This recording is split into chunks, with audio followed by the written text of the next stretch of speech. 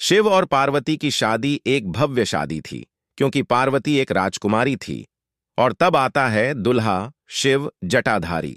तबार्षि नारद, जो शादी समारोह में मेहमान थे, अपने एकतारे सहित आगे बढ़े।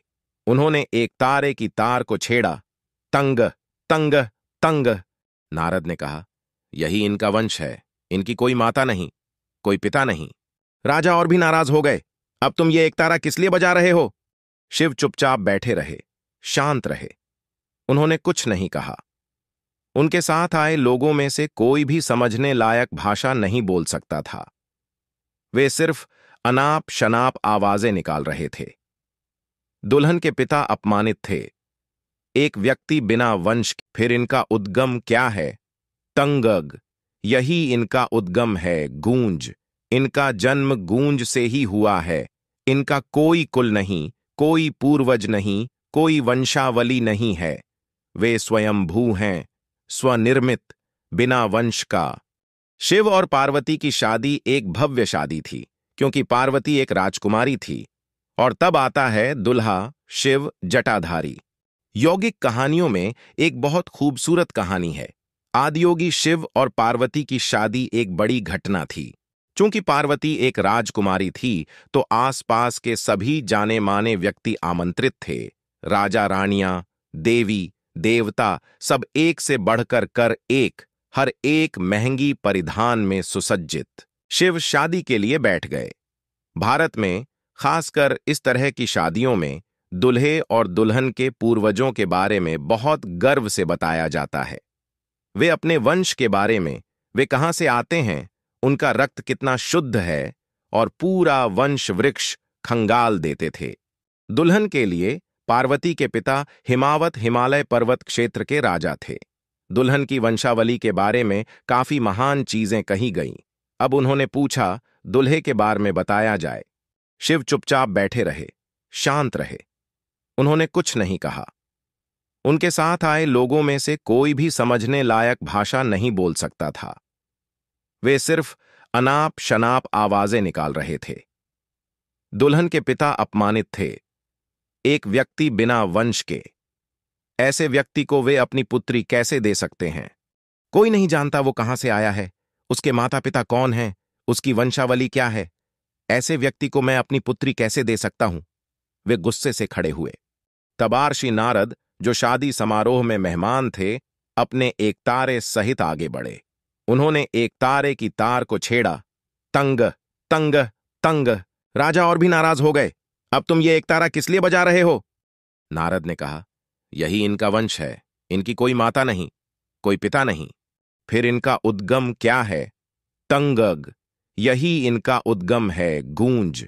इनका जन्म गूंज से ही हुआ है। इनका कोई कुल नहीं, कोई पूर्वज नहीं, कोई वंशावली नहीं है।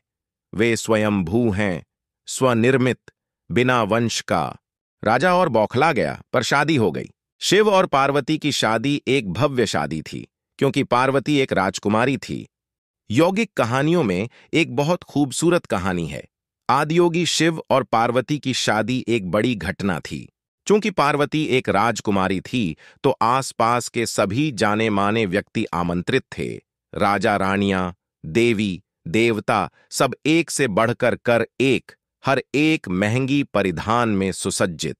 तब आता है दुल्हा शिव जटाधारी, उलझे बालों के साथ, सिर से पैर तक राख में लिपटे हुए, ताजा मारे हाथी की खून टपकती चमड़ी की शाल लिए हुए, और पूरी तरह नशे में चूर, बिल्कुल परमानंद में। और उनके साथ चल रहे लोग सब विक्षिप्त और विकृत जीव।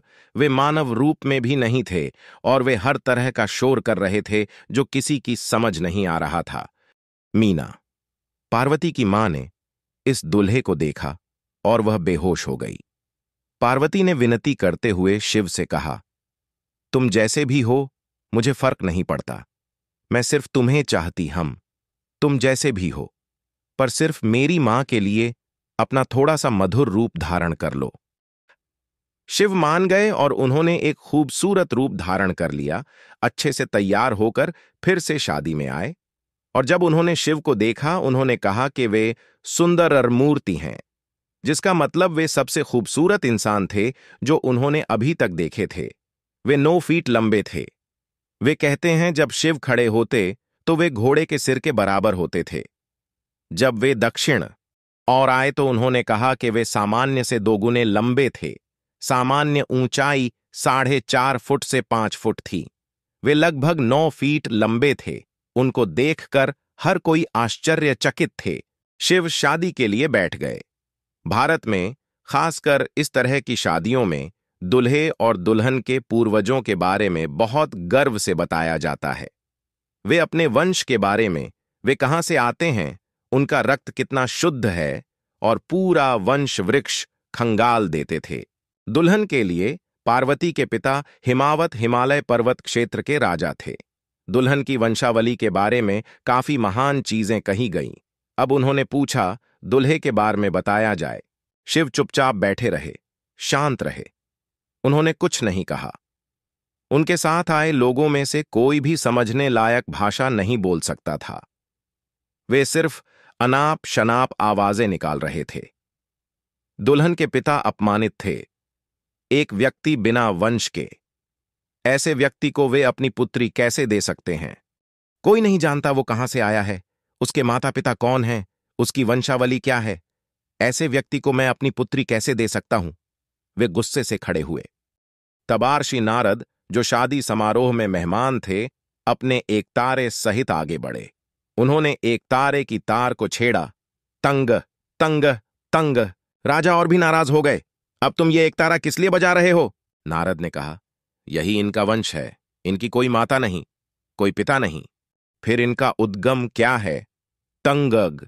यही इनका उद्गम है, गूंज। इनका जन्म गूंज से ही हुआ है। इनका कोई कुल नहीं, कोई पूर्वज नहीं, कोई वंशावली नहीं है। वे स्वयंभू हैं, स्वनिर्मित, बिना वंश का। राजा और बौखला गया, पर शादी हो गई। राजा और बौखला गया, पर शादी हो गई। राजा और बौखला गया, पर शादी हो गई।